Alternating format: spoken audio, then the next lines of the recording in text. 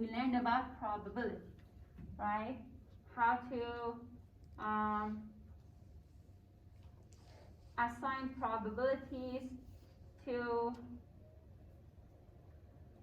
discrete probability model. If you have discrete probability model, right, we were able to assign probability to, for example, an event of tossing one coin, an event of tossing two coins, and then rolling dice. We were able to find a probability for those kind of models, right?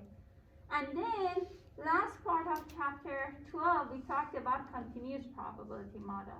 Means we talked about a sample space which is continuous, which you cannot find every single event and assign a probability to every single event. But you were able to look at the area under density curve. We talked about uniform density curve. You were able to look at the area under density curve and assign the probability for a certain portion. For example, the random numbers that are less than 0.3 in that density curve, or between 0.3 and 0.7. So it was just area under density curve, right? And then the rule says area under any density curve is always equal to 1. So we are going to continue that. Talk about another density curve that you all are familiar with. We talked about that when we talked about histogram. We talked about the density curve that covers all the class intervals of the histogram, right? We talked about that. So today, for this chapter, we are going to begin this continuous probability model, and we are just working on quantitative variables like weight, height, years of age, percent of exam score. And we are going to answer a question like that, like, what is the probability of observing grades above 90% in the whole class? What is the probability of observing grades between 70% to 85% in the whole class? And then what is the probability of people be above 6 feet, for example, their height? So we are going to use this information in this chapter to answer the question like this. So we are going to talk about density curve first. We are going to move to the normal distribution and use one rule to answer the questions that I just said. Okay, so let's talk about density curve. Okay, so it says for quantitative variables, we talked about a stem plot, we talked about histogram, right? And then we looked at the overall pattern of histogram, right? And then we said, for example, that histogram is right skewed, left skewed, if there is outlier there, right? And then we moved to the next topic. We talked about some measures like center, like median, mean, and then we talked about measure of variability like standard deviation, quartiles, to be able to just describe this quantitative variable. Now, we are going to talk about density curve, this overall pattern that we show on the histogram, that a smooth curve on all the class intervals. We are going to use that now to describe these quantitative variables. Okay, so now look at this. This is the density curve that you already saw in chapter 2. We talked about that. The line, the smooth line that covers all the class intervals of the histogram. And if you want to say what is the shape of this smoothed curve, what do you say? All of you. Symmetrical. Correct? So you know that, right? We talked about that. So approximates the tops of the histogram bars? Well, I wouldn't say histograms bars, first of all, because for the there will be confusion if you say bar, because the what was the other plot? I don't remember. Had bars. Bar graph? Bar graph. Bar graph had bars, right? So I don't want to cause confusion and say bar. I prefer to say class intervals because histogram had class interval, and histogram was definitely different from bar graph, right? Okay, so it covers all the class intervals and provides a good description of the overall data pattern. And look at this example. This is example of vocabulary scores of 947 7th grade students, right? Means, okay, let's explain this. Means this height, which is approximately like 3, says there are 3 people who get a score between 3 and 4. Am I right? Is that correct? So there are 3 people, because the height of histogram shows the number of individuals, right? There are 3 people who get the score between, am I right? 3 or what? If this one is 2 and 4, oh, actually, between this grade. I don't know what is this grade. 3.5? 3.5? Right? If we had a grade on x-axis, I would say there are 3 people who get a score between 3.5 and 4. Now you tell me, how many people get a score between 2 and 4? Approximately.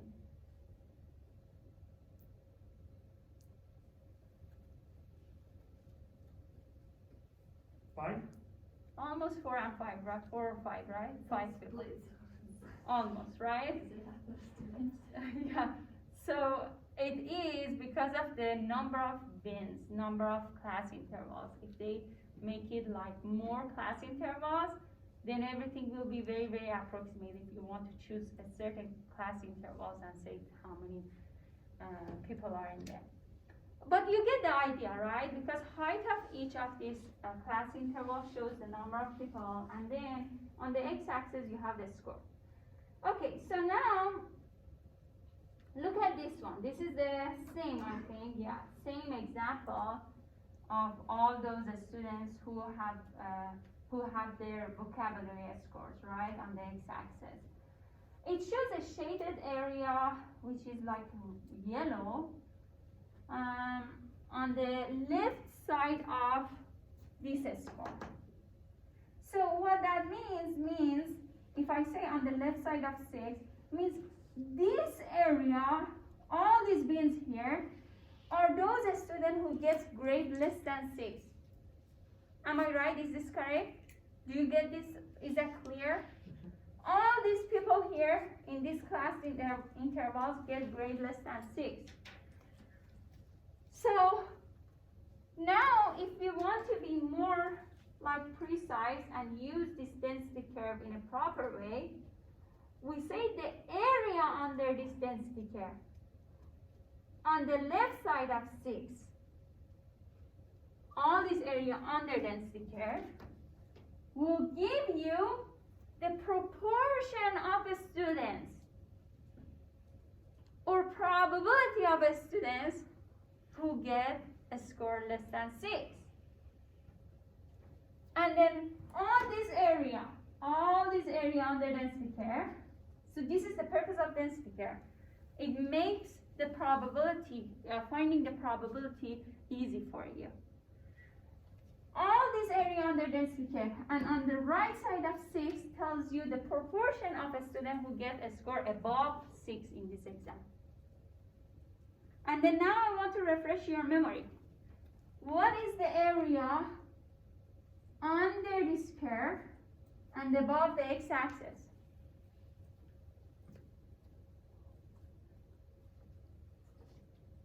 What is the area under the curve and above x-axis? Would it be 1? Why? because if we're doing green, All their scores should add to 1. That is good. That is you said something. Density curve.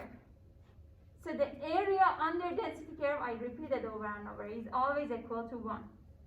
And at end we can say yes, because all the proportion must add up to 1, right? So that's why all the area under density curves is always equal to 1. Okay, so it says based on their calculation, the probability that we are going to later learn how to calculate that probability, they say the yellow area says the proportion is 0.293. So now, how can you explain it? With all the knowledge you had from previous chapter, we talked about probability.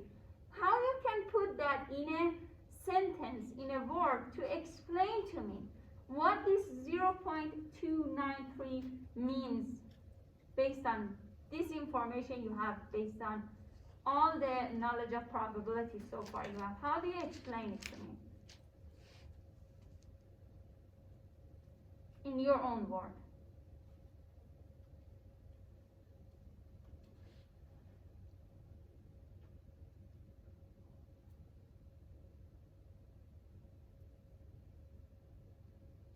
So because it's not it's going down instead of staying level, so it's not like 6, it's smaller.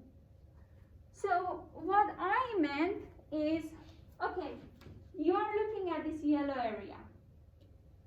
The area shows all the people who get a score less than 6, right? Because to this side you have all the less number of a score, to this side you have higher number. They said 0.293 is the probability for this area. So I'm just asking you how in your language you can explain to me what that exactly means. 0.293 for the area and for the score you see here. How you can just explain it to me? How you can use this probability number and put it in a sentence and explain to me the relation between this probability, this score, and all the students? How you can just explain it to me in your own language? How would you explain the probability so far? If you had a probability, how would you explain it? The probability of a Iowa test mechanics score is about 0.293. All of the people, or what do you say? All of the people, the probability is 0.293, or a certain kind of people? Who are those certain kind of people? Okay. How is their score? Anyone who scored below or about the 6 is indicated by the shaded part, which is 0.293. So, that was correct, that was very good. And I would explain it the same way. I will say the probability of those students who get a score less than 6 on the Iowa test is equal to 0.293. That's it. That's very easy, right? You just say there's this much chance or probability that if you choose a student out of all these 290 students, there is a chance, there is 0.293 chance that a student gets a score less than 6. That is the concept of probability. If you choose a person randomly, you can say what is the chance that person, for example, gets a score less than 6. Now you know there is 0.293 chance, means 29% of a student get almost a score less than 6. Am I right? Is that correct? Do you feel, is that clear for you? How you use the probability? How we use this proportion? Now, step by step, we are going to get to understand how to calculate this proportion, how to get that probability. Okay, so this says all about the density curve. What is density curve? It says it's a smooth curve that covers histogram, and it's always above the x-axis, and the area under density curve is always equal 1. So this is just specifically definition of density curve. And then, well, there is one thing here that we never dealt with because we never draw a histogram, but people deal with that. They don't know how many class intervals they choose. Actually, I showed you a rule of thumb to choose the number of class intervals. Well, it's not 100% accurate, and people choose different rules to choose the number of class intervals, but it's a huge deal how many class intervals you need, right? But if we have a smooth curve, we don't see the class intervals anymore. We just keep the smooth curve, and that's it. We use the area under the smooth curve, and we don't have to deal with the class intervals and how many class intervals we have. Okay, so now let's move to the next part that you saw some of it before. So we have 3 different kind of density curve. One was symmetric, another right skewed, another was left skewed, right? And then the right skewed is called positively skewed, the left skewed is called negatively skewed, and the middle one was symmetric. And then we talked about mean and median, right? We said if you have a perfectly symmetric distribution, mean and median are always in the middle of the distribution. And again, please remember, when we say in the middle, means median is here on the x-axis, right? Because the numbers are all on the x-axis. The height is always frequency. We don't deal with frequency. We talk about mean and median to be on the x-axis. And then if you have a right skewed, mean is toward the skewness. On this side, mean is pulling toward the skewness. And then median stays around the peak. Median stays around the peak. So there are 2 things that define this density curve perfectly. One is median of density curve, which says equal area point. What that means here, okay, here you listen to me. When we have a symmetric distribution based on area under density curve we talked about, what percent of people falls on this side of the line? 50%. 50%, correct. What percent falls on this side? 50. Good, because the overall is 100%, right? Good, so median is always dividing the whole area to 2 apart. Mean is a balance point, it says, at which the curve would balance if made of solid material.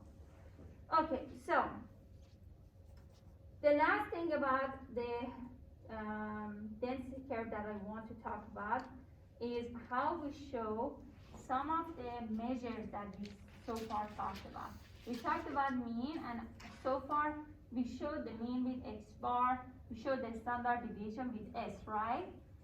When we are dealing with density curve, and later we talk about normal distribution, we show the mean with Greek letter mu, like a cat, how they cat mew, right? Remember, don't call it M. I get upset if you call it M. I'm a cat person, you should say mew. So, mean is mu. And then a standard deviation is another Greek letter, they call that sigma. I don't have anything to relate to sigma. So, sigma is for standard deviation, mu for mean. Okay, we get to that in more detail. But now, just to show you how good some of these videos are, I'm going to show you one video before our class ends. I don't want to get to too much detail of this chapter 3. I think you need to have a refreshed mind and start it next time. But we are going to talk about density curve more by watching the video. Do you have any question right now? Anything? Was there anything like not clear at all? I think you just should remember lots of things. I don't think it was that confusing or complicated. So you should just review and remember what's going on. Okay, we are going to watch a video to review the concept of density curve. Oh, where are you going?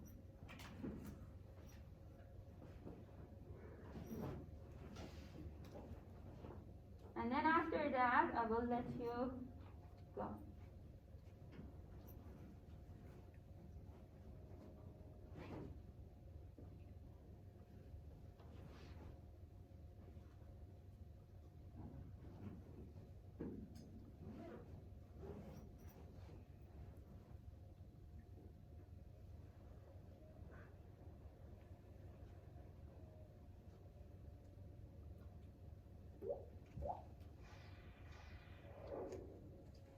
Do you hear it? In this video, we will be learning about density curves and the properties of density curves.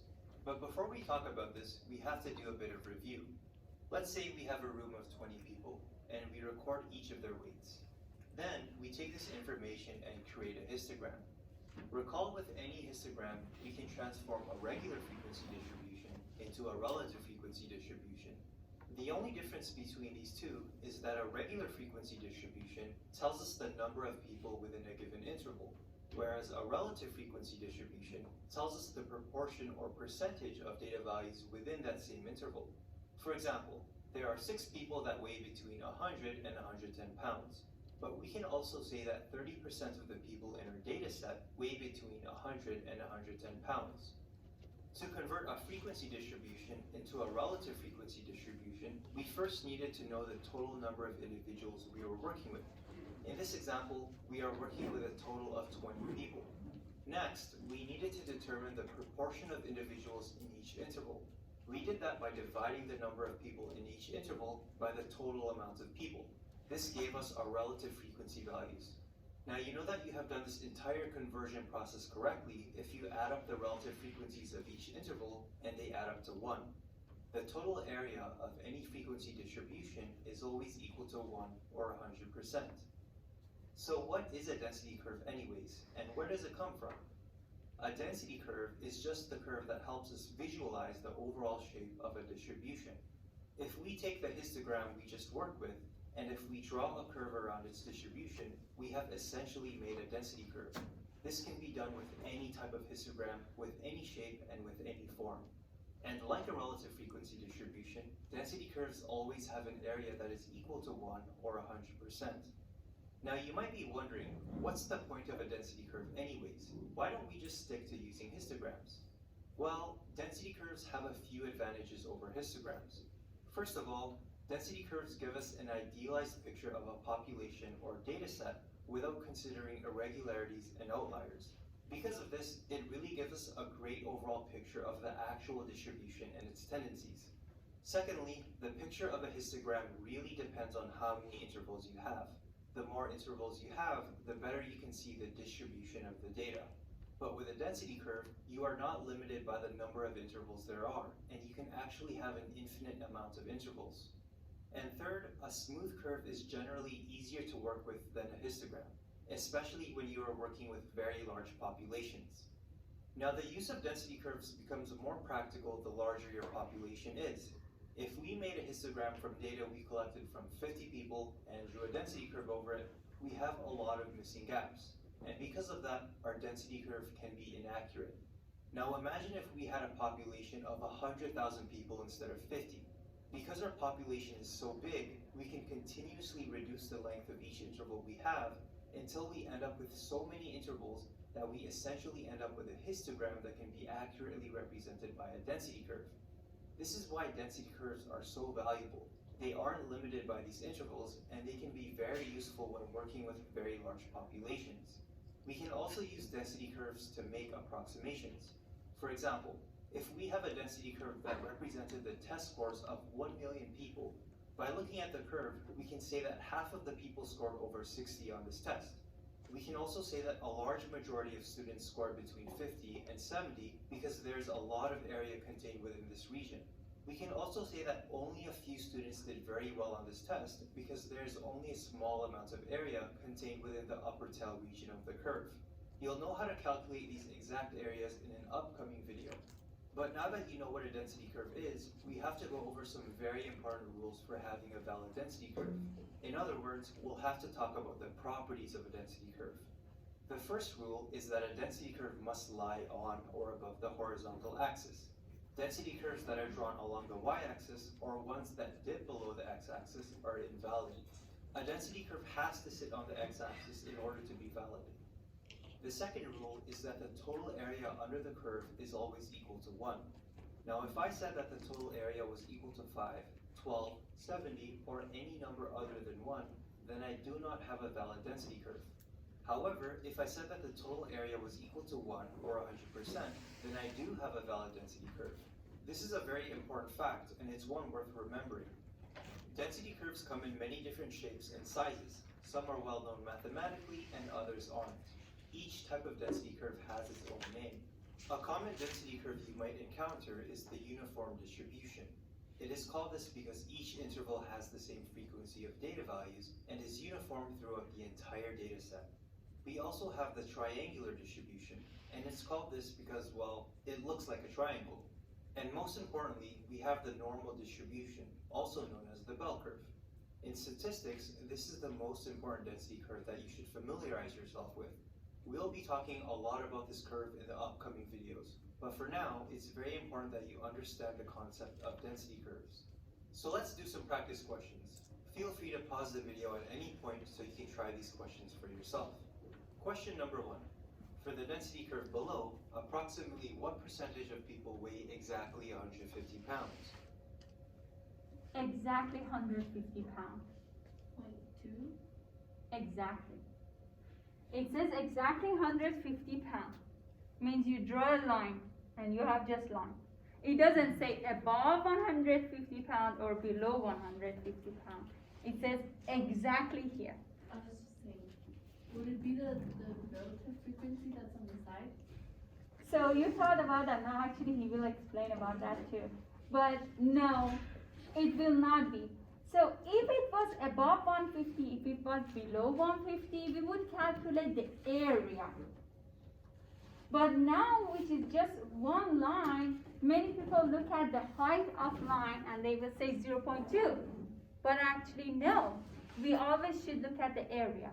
And the area for that just one line is 0. Line doesn't have the width, right? So now, look what he is going to say.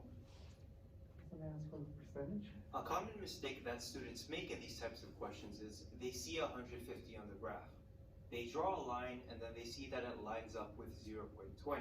So they will say that the answer is 20%. Now this is incorrect. Remember that the total area of a density curve is always equal to 100%. This line definitely does not have an area of 20%. In fact, the area of this line is equal to 0 because a line has no width. As a result, the answer is equal to 0. Logically, this makes sense because realistically, no one will ever weigh exactly 150.000 pounds. Usually, you'll have some measurements very close to it, like 150.5, 150.70, 150.05, and so on and so forth. However, if I asked you what percentage of people weigh between 150 and 152 pounds, then we have this entire area to account for. We can actually get a rough estimate of this area. We know that the area of a rectangle is equal to the length times the width. We have a length of 0.15 and a width of 2. Multiplying these together gives us an answer of 0.30. However, we still have this top portion to account for. To estimate this area, we see that it is almost equal to half of a square.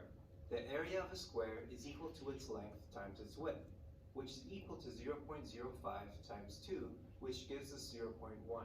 And half of 0.1 is equal to 0.05. Therefore, the total area is roughly equal to 0.05 plus 0.30, which is equal to 0.35. As a result, the percentage of people that weigh between 150 and 152 pounds is roughly equal to 35%. So see, he's saying roughly equal to this because still this is not the exact area. He was just using the top part, and assume that if this is like a square, we can get half of it. It's not still exact. So what is the aim of this chapter is that we are going to learn how to find this number, this probability that he calculated now in a correct way, using two different methods in this chapter. So we are trying to find the probabilities of, for example, people who weigh between 150 to 152, using the methods that we are going to learn next lecture. Let me see what's the As I mentioned before, you'll know how to calculate these exact areas in an upcoming video using a different method. Question number 2. For the uniform distribution below, what must be its width in order for it to be Okay, so because it's 11:45 already, I will stop here. Just a few minutes remain, and if you want to review the concept that we just learned about uniform distribution, go back to the video and look at this example and see if you can solve it. Okay? So it's just 1 minute. You can watch it at home and practice it to see if you learned the uniform distribution, how to calculate the area properly. Okay? Do you have any question? See, I told you these videos are interesting. I think they hit all the key points, and they talk about every single key point in just like 8-9 minutes. Okay, any question? Is there anything? So next time we are going to go in depth of this chapter. From now on, it's very serious. It's like you have to have a very good review before you come to the class. You should have it. Otherwise, if you get lost, it's over.